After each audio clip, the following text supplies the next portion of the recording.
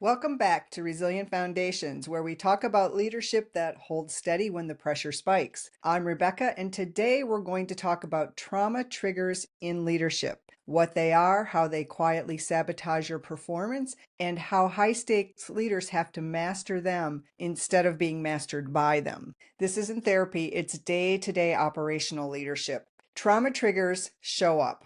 They show up in high stakes situations, but also in your day-to-day job.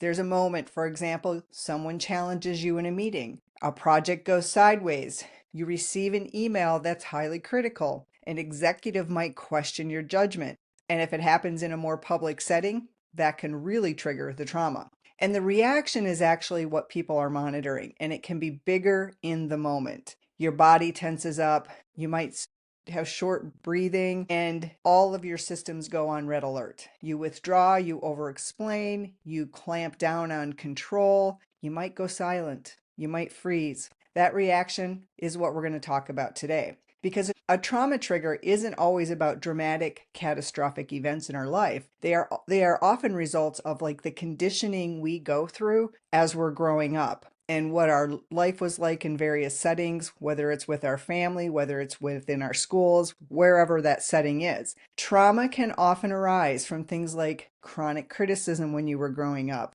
public embarrassment, any kind of public embarrassment in any setting. If you were, especially in early days of your career, you had some kind of a career humiliation or a major failure that was pretty exposed. You might be blindsided in a high stakes setting, in front of your team possibly. You might be scapegoated. If something failed, you might have been the scapegoat and gotten the blame for it. That can create trauma. If you grew up in a very chaotic or unpredictable environment, that might create a lack of safety overall or a lack of trust overall. Early authority figures that were volatile or unsafe. So there's a lot of things in our history and in our conditioning in particular that can give us cause to have these kinds of triggers. There are things that are really buried on a good day. They don't really show up. But when you're under a lot of stress, if you're tired, if you've had a lot going on lately, or you just really haven't been managing your sympathetic nervous system, then you may run into these on a more frequent basis. And all it is this. It's an emotional overreaction to a situation where it resembles something like a past unresolved experience. Now, I can tell you I'm dealing with this in the present time right now, and I have actually dealt with this in the past. People who tend to be less emotionally aroused may not have these show up as frequently, but people who run like with anxiety or they have those kinds of histories, this may be like an everyday management item for you. So the nervous system doesn't care if you're 45 or 5. It doesn't care if you're sitting in a glass conference room or in a schoolroom. If the moment feels like the past, your body reacts first, your emotions react, your nervous system basically goes into reaction, and you have fight, flight, freeze, or fawn. And it is completely unconscious and it happens really, really fast. So in a high stakes environment, an executive meeting, a crisis situation, you have some project failure, you're in a large meeting or a team meeting, and things are going sideways. You might have an incident. Anything like that can create the situation and the environment for your triggers to show up. And again, these are super unconscious. Most of the time, if we're not managing them consciously, not managing our nervous system proactively, we're going to have reaction. Now, here's what it can look like to people around us. As a leader, we may not have the panic attack in the boardroom, but we come back with habits. Like we might break down with a control escalation. Or breakdown point is we might start to more tightly control things. If we are blindsided in the past, maybe our team didn't tell us some big red looming risk that was out there, and that risk occurred and it became a major issue. That blindsiding can then create situations where you as a leader may tighten down control. You may overcorrect. It can turn into micromanagement. It can turn into hypervigilance or hyper oversight. You might require an overt amount of documentation or really high levels of status reporting, more meetings, right? Meetings seem to be the answer. It might feel like diligence, but really it's fear, and the teams will feel it. Another reaction can be we just avoid the conflict. So a leader that had a volatile authority figure may just avoid disagreement entirely. Or if you grew up in a very chaotic environment or had certain types of conflict with leaders in the past or teams in the past, you might just avoid it. That just delays the hard conversation. It might soften the interactions on a day-to-day basis or in a specific situation, but that conflict will sit under the covers and it will sit under the tone of everything that's going on in those relationships. Another thing that conflict avoidance does, especially in a leadership setting, is a leader might be avoiding or tolerating underperformance. They may not correct the underperformance, which then affects the entire team. That can be a big morale buster. Dealing with underperformance of an individual or a team is very, very important for a leader to do in their role. So conflict avoidance can often make that worse. It feels like you might have emotional intelligence because you're not reacting, you're not blowing up, you're not having hard conversations. You might come across as a people pleaser and very likable, but it's really nervous system protection at the expense of your team or at the expense of what the operation needs. So conflict avoidance is another way it shows up, which can actually backfire on you in the long run. Well, you might get overly defensive. If you challenge a triggered leader, this is how you might see it show up. They may over-explain. They may justify and justify and justify. They may shift the blame. They may dismiss the input as unimportant or not relevant. They can delay a hard conversation. If they're overly defensive, it's really not about your feedback. It's about the body remembering what it feels like to be unsafe and maybe criticized a lot. Like this can arise from someone who was conditioned or grew up in an overly critical environment. So they are very defensive about feedback, for example. Freezing under pressure. Another thing that can happen is a freeze under pressure. In a high stakes moment, you might have like a crisis call. You might have a leader stall out. They literally just freeze out. The nervous system is in freeze. You need more data. You need more analysis. You need more time. It looks strategic, but it's the nervous system shutting down. So when you see that, then you know someone might actually be in that freeze moment. So really what we're talking about is hesitation, in this case, compounding the situation and making it worse. So controlling, avoiding, over-defending, freezing. Those are 4 ways that this can show up. In a high-stakes situation, one of the things that's really important is that calm authority, the composure, decisive judgment where you're not freezing out. Triggers and trauma triggers in particular, they hijack all of it because your nervous system takes over, your emotional body takes over. So when you're triggered, you might misread the intent of what somebody's saying. You don't take that pause to sit back and go, well, maybe they meant ABC, or to take the extra question and go, what I hear you saying is ABC. And then the person can give feedback and say, that's what I meant, or that's not what I meant. They may just jump to a conclusion and respond to what they interpret as the intent. They may escalate unnecessarily. That's often a fear response. They may shut down collaboration. They might just shut down the conversation, which can create an unsafe space. They might signal general instability to the team. So the team is not sure what's happening to that person. They're unsteady to the team. And it does erode trust over time. So if the team doesn't know your history, and most of the time they don't know what your childhood was like. They don't know the bad experiences you might have had in previous jobs, issues that happened at school.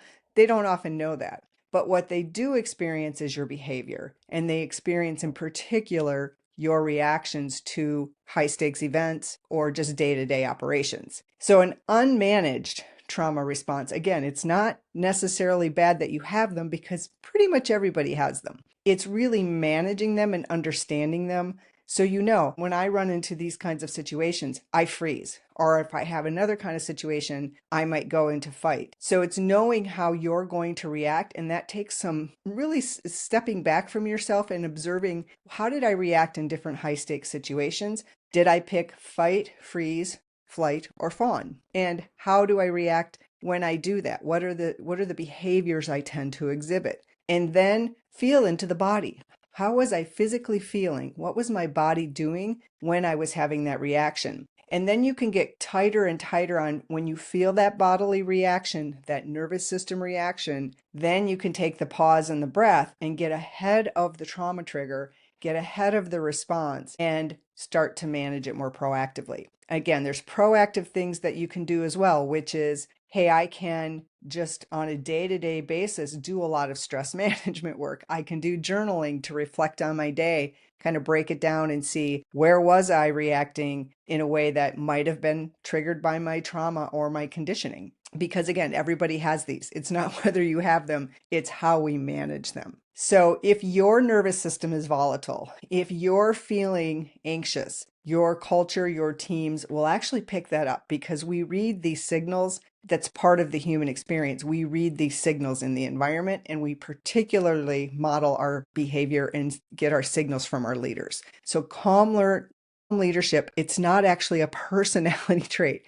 It's nervous system regulation. That's all it is. It's not a personality. Yes, some people tend to be more calm than others because they don't run as much emotional energy, but it is still a learned response, and it particularly is a response to have calm authority through managing our trauma triggers and regulating our nervous system. So here's how we deal with triggers. Pretty hard to eliminate them, actually. So what we want to have is management. First, we do the pattern recognition. Take the journal at the end of the day, debrief your day to yourself. Write down, where did I overreact? Where do I clamp down? Try to get more control. Where am I avoiding things? What kind of feedback makes me defensive? What situations drain me more than they logically should? Where am I feeling more stress? Then you look for the patterns over, say, several weeks, and then don't focus on the isolated moments. They do matter,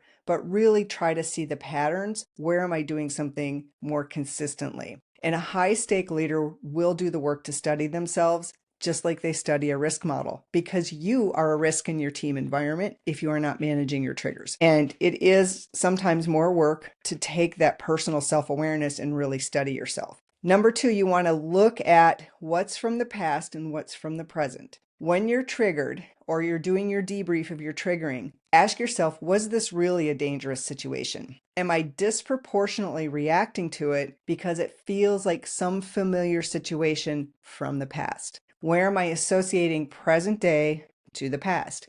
And even in personal relationships, we will do this a lot. I'm in a situation now where I have a trauma trigger and something happened with my significant other, and I am very triggered by it because it is a situation I have experienced in the past. And I'm in the process now of trying to separate what's really dangerous in this situation or unsafe in this situation versus what am I playing forward from past situation into this situation. And sometimes the familiarity is true. We do learn things and we learn how to instinctively respond to things because they are similar, but often we're relaying the past into the present. We're pulling the past forward into our present. So the pause that we take here to separate past from present is a maturity step. Regulating before you respond. So this is the in the moment response. If I go into a high stakes meeting, and oftentimes I'll know it's a high stakes meeting. If I'm going into a high stakes meeting, I do things like EFT, emotional freedom technique.